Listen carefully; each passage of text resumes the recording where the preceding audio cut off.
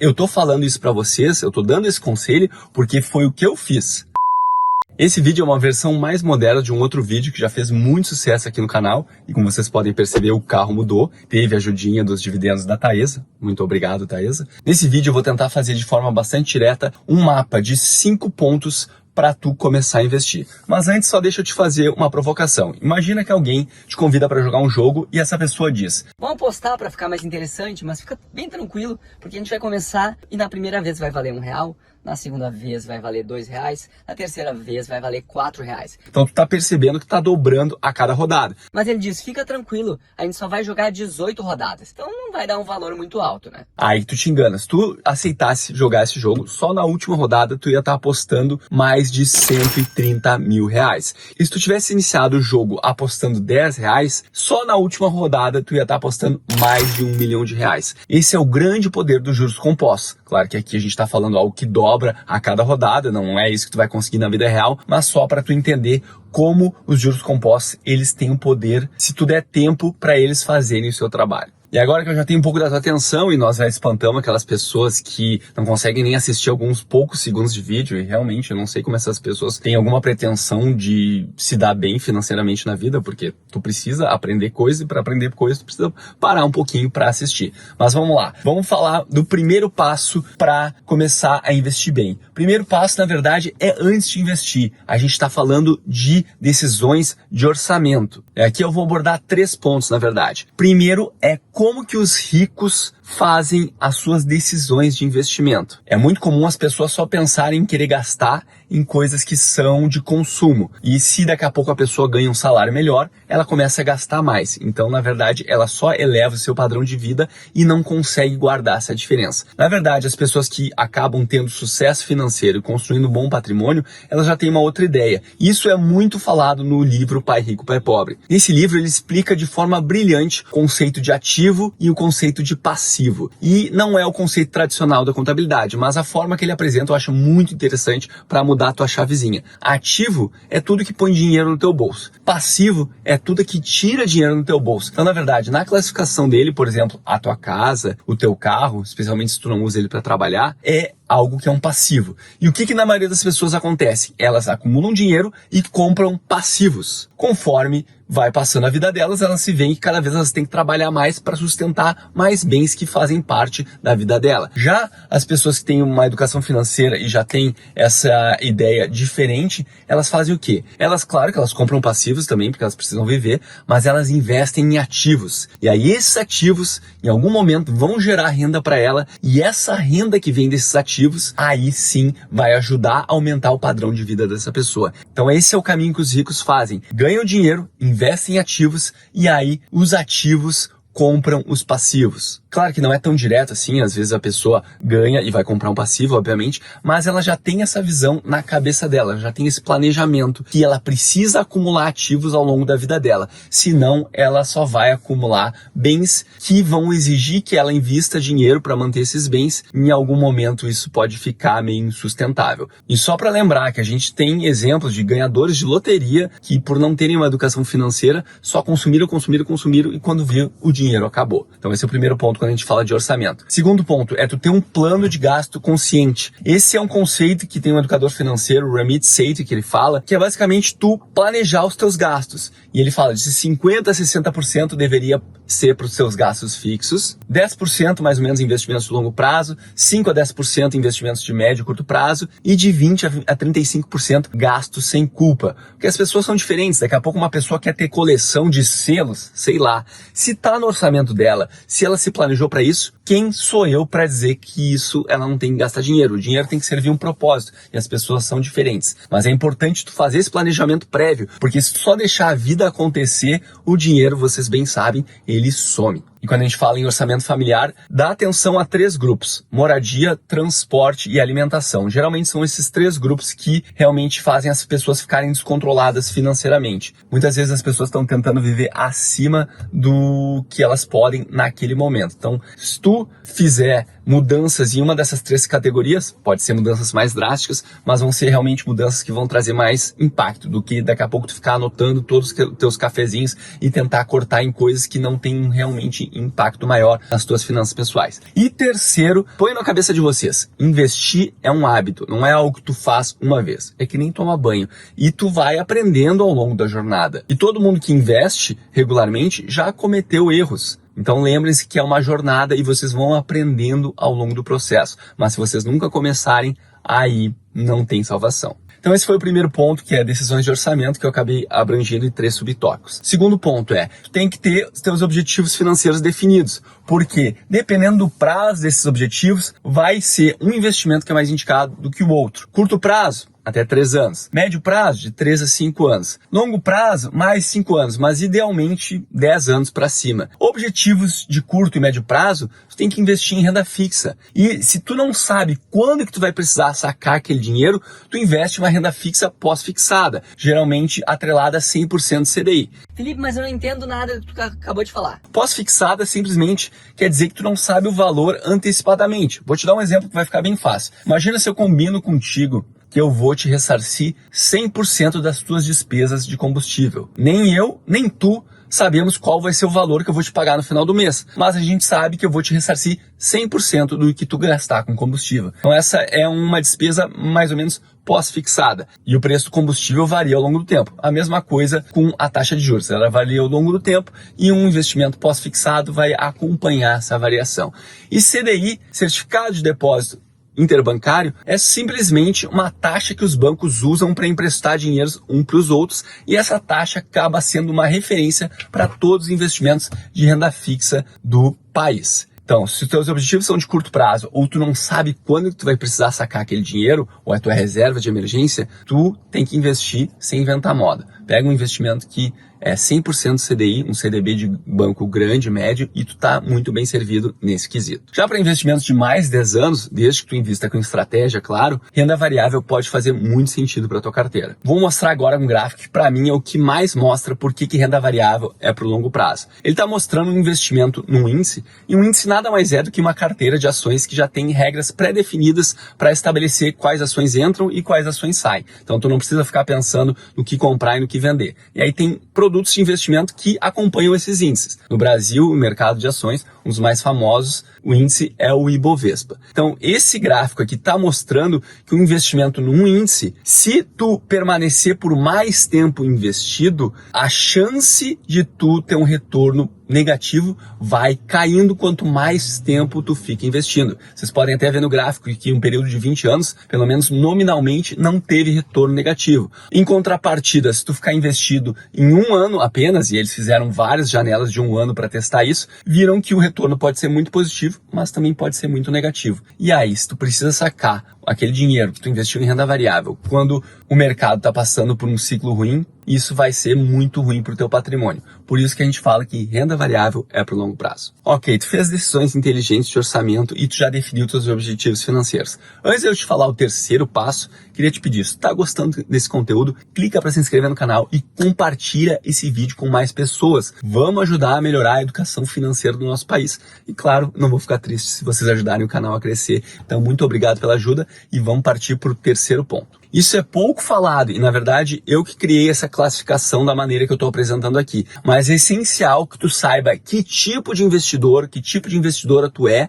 antes de investir. Porque cada um dos 3 tipos de investidor, eles tomam decisões de maneira muito diferentes. E eu não estou falando daqueles perfis de arriscado, moderado ou conservador. Eu estou falando de algo muito mais amplo. Eu vou explicar a seguir, mas eu já aviso que eu deixei um link aqui na descrição ou no comentário, em algum lugar vai estar esse link, que vai te mandar para um teste, onde tu pode fazer gratuitamente, responder um questionário lá, e tu vai saber exatamente que tipo de investidor combina mais com a tua pessoa. E isso é essencial para tu saber investir, especialmente em renda variável. Então são 3. Primeiro tipo é investidor menor esforço. E antes que vocês tenham preconceito com esse nome, já deixa eu avisar que o Warren Buffett, que é um dos maiores investidores vivos, já falou que a maior parte das pessoas deveria investir dessa maneira. Investidor menor esforço, ele investe através de ETFs. ETFs é basicamente quando tu compra uma caixa de bombons. As ações são os bombons.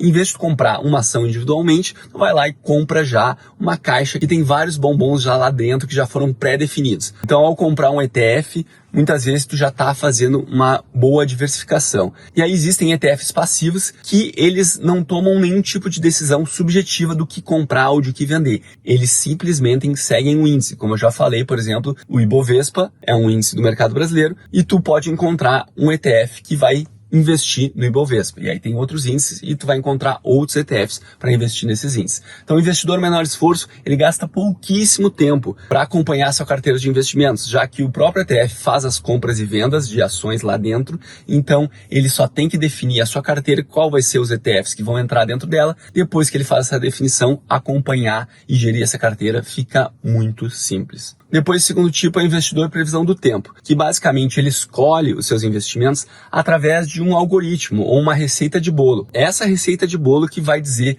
que ações ele vai comprar, que ações ele vai vender. Tem uma metodologia por trás que já foi testada e ela, obviamente, ela tem que fazer algum sentido econômico e aí a pessoa não precisa nem conhecer a ação que ela está investindo. Ela simplesmente tem que conhecer a metodologia, verificar que é uma metodologia consistente e aí tem que seguir os passos a passos da metodologia sem nem pensar se ela gosta de uma ação ou não gosta. Ela tem que seguir a estratégia. E uma das metodologias mais famosas do tipo de investidor previsão do tempo é a fórmula mágica de Joe Greenblatt, que tem um livro que foi escrito no mercado americano e também foi traduzido por português, com basicamente esse título, Fórmula Mágica Joe Greenblatt. Se vocês colocam no Google, vocês vão achar. Então ela é uma das metodologias mais famosas para exemplificar esse tipo de investidor. E apesar desse ser um benefício que facilita a escolha de ativos, esse também é uma das coisas mais difíceis da estratégia, porque a gente acaba querendo fazer os nossos pitacos. Daqui a pouco olha para uma ação e diz, não, mas bem capaz que eu vou investir nessa ação, embora a gente saiba que essa metodologia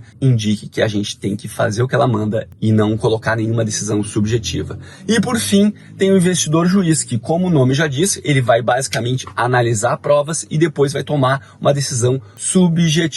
E esse é o tipo de investidor que provavelmente vai demandar mais tempo para tu fazer as tuas análises. Não é como se tu tivesse que ficar acompanhando notícias todos os dias, mas tu vai ter que entender um pouco mais de contabilidade, tu vai ter que saber ler as demonstrações financeiras das empresas, e aí depois de fazer análise dessas provas, tu vai tomar a tua decisão se aquele investimento faz sentido na tua carteira ou não. Depois que tu definiu esses 3 primeiros passos, chegou a hora de tu abrir a conta na tua corretora. É através da corretora que tu vai conseguir fazer os teus investimentos. Pensa como se a corretora fosse um iFood e os investimentos são os restaurantes. Então, o iFood ou a corretora conecta você até os teus investimentos. Sei que tem muita gente, especialmente que está iniciando, que fica com muita dúvida nessa parte. E eu falo que eu sei porque eu já tenho um vídeo lá no canal, que é um dos vídeos que também faz mais sucesso até hoje, onde eu mostro diversas telas de diferentes corretoras para vocês verem como é por dentro de cada uma das corretoras para que vocês possam fazer a escolha que melhor se adapta a vocês. Mas eu sempre digo, não percam muito tempo fazendo essa escolha. Você simplesmente tem que pegar uma corretora que, na minha opinião, tem que ser gratuita, porque hoje tem várias opções de corretoras gratuitas, e vocês gostem do aplicativo, do site delas minimamente, porque se daqui a pouco vocês pararem de gostar, é só vocês migrarem os seus investimentos para uma outra corretora. E a B3, ela tá fazendo funcionalidades que tu vai conseguir fazer essa migração através de uma própria área logada, então vai ficar mais fácil ainda. Então não tem por que tu ficar perdendo a cabeça, perdendo cabelo, eu ia dizer, e demorando para fazer essa escolha, quando na verdade é como se fosse uma escolha. Qual mercado eu vou comprar minha comida? Tu faz na tua cabeça uma lista de prós e contras e tu decide comprar em um mercado. Se daqui a pouco tu não gostou daquele mercado, ou ele tá com os preços muito elevados, ou o serviço está muito ruim, tu simplesmente vai e na próxima vez compra em outro mercado. Então não tem grandes estresses. Eu vou deixar aqui aparecendo o link desse vídeo, onde eu falo como escolher uma corretora e eu mostro várias telas de diferentes corretoras, caso tu queira ver para tomar a tua decisão. Mas eu posso falar aqui, por exemplo, em renda variável, eu uso para ações o Nubank e o Banco Inter, que inclusive o Banco Inter agora tem uma corretora meio que integrada a ele para tu investir diretamente no exterior. E para fundos imobiliários eu uso o Itaú Corretora. Então tem várias opções hoje para tu escolher. E o quinto passo é tu ter paciência e ter um plano a seguir. Porque é a consistência e a paciência em seguir esse plano que vai te trazer os resultados. E o editor vai colocar agora na tela a fórmula dos juros compostos e ela não mente. Se tu tem pouco dinheiro, vai demorar bastante tempo para tu acumular R$1 milhão, por exemplo. Mas pensa, se tu não fizer nada, 30, 40 anos vão passar, talvez tu ainda nem tenha se aposentado, porque cada vez as regras para se aposentar vão ficar mais rígidas. E se tu não fizer nada, nada vai mudar. Agora, se tu investir com consistência, é possível nesses prazos maiores, daqui a pouco até R$300 por mês, tu conseguir transformar em mais de R$1 milhão. E antes que alguém diga, ah, Felipe, mas daqui a 30, 40 anos, R$1 milhão não vai valer nada, porque tem inflação. Claro, é importante pensar nesse ponto. A inflação corrói o nosso poder de compra ao longo do tempo. E para evitar isso, tem várias estratégias. Uma, tu pode tentar corrigir o valor do investimento que tu faz mensal pela inflação. E a segunda é pensar que em algumas simulações a gente está falando de retorno acima da inflação. Então, na verdade, quando fala ali R$1 milhão, é porque foi colocado um retorno acima de inflação, então está mantendo o poder de compra. Então, quando a pessoa chegar a 30, 40 anos depois, na verdade, na conta dela, ela vai ter mais dinheiro, sei lá, 4 milhões, mas com o poder de compra de R$1 milhão hoje. E eu gostaria de perguntar para essas pessoas que pensam, mas daqui a 30, 40 anos a inflação vai comer tudo e R$1 milhão não vai valer nada. Quem que tu conhece que há 30, 40 anos atrás tinha R$1 milhão na conta? E quem que tu acha que daqui a 30 anos vai ter R$1 milhão na conta? Por mais que tenha perda de poder de compra, R$1 milhão é R$1 milhão. E não é todo mundo que tem isso na conta por aí. Então, muitas vezes, as pessoas fazem esse tipo de comentário com uma forma de fechar o cérebro e dizer, eu não tenho como fazer nada, melhor eu ficar aqui, não vou perder meu tempo gastando energia em aprender sobre investir e fazer esses investimentos de forma consistente. Porque o nosso cérebro, ele é muito engenhoso e ardiloso para conservar energia. Então, é muito mais fácil para ele fazer um argumento e meio que se fechar a um conhecimento novo, e aí ele não vai gastar energia, do que ele simplesmente aceitar, refletir, e daqui a pouco ele se dá conta, nossa, tem um mundo aí de coisas que se eu aprender, pode trazer um resultado positivo na minha vida, mas claro, vai precisar de um esforço meu de tempo e de dinheiro para aprender esse novo conhecimento. E só para quem ficou até o final, eu vou dar uma dica extra. Olha, eu admiro muito quem é autodidata, eu também me considero que eu sou um autodidata, e hoje em dia a gente tem muitas ferramentas facilitando a gente buscar informação. Mas especialmente se tu não tem muito tempo, tu não quer perder muito tempo, e tu quer evitar muitos erros, quando a gente fala de investimentos, eu recomendo muito que tu faça um curso de investimentos. E eu não estou falando isso porque eu tenho um curso de investimentos. Eu tenho um curso e eu vou falar um pouquinho sobre ele, mas eu estou falando isso para vocês, eu estou dando esse conselho porque foi o que eu fiz. Eu estudei por livros, eu estudei por artigos, mas eu fiz diferentes cursos de investimentos e aí eu busquei trazer toda essa bagagem que eu acumulei com até visões um pouquinho diferentes, por isso que eu criei os 3 tipos de investidor para facilitar a explicação dessas visões diferentes, e eu trouxe tudo isso e coloquei no meu curso Investidor Completo. Vou deixar o link abaixo, caso tu tenha interesse em conhecer, porque eu realmente acho que ter um passo a passo dentro de um curso, uma metodologia lá para te ajudar e um suporte realmente faz muita diferença na hora de investir. E claro que eu vou ficar muito feliz se vocês quiserem vir a ser meus alunos, mas não necessariamente precisa ser o meu curso. Eu só estou dizendo que eu acho, pelo menos foi o que eu fiz, faz muito sentido investir dinheiro para aprender a investir da maneira correta, porque eu concordo com aquela frase que agora não lembro quem disse, se o editor lembrar ele vai botar aí, investir em conhecimento paga os melhores juros. Meu Deus, acho que eu fiquei falando aqui há algum tempo, né? Já tá escuro. E agora me fala, antes de eu encerrar esse vídeo, qual foi a lição que tu achou mais interessante? Qual que te tocou mais ou qual que te fez refletir mais? Ou daqui a pouco, qual que tu não gostou de ouvir? Porque às vezes também tem algumas coisas que a gente ouve e bate na gente e não pega legal. Deixa aí nos comentários, vamos trocar uma ideia, vamos ajudar a melhorar a educação financeira do nosso país. Lembre-se que investir é preciso. Um grande abraço e até a próxima.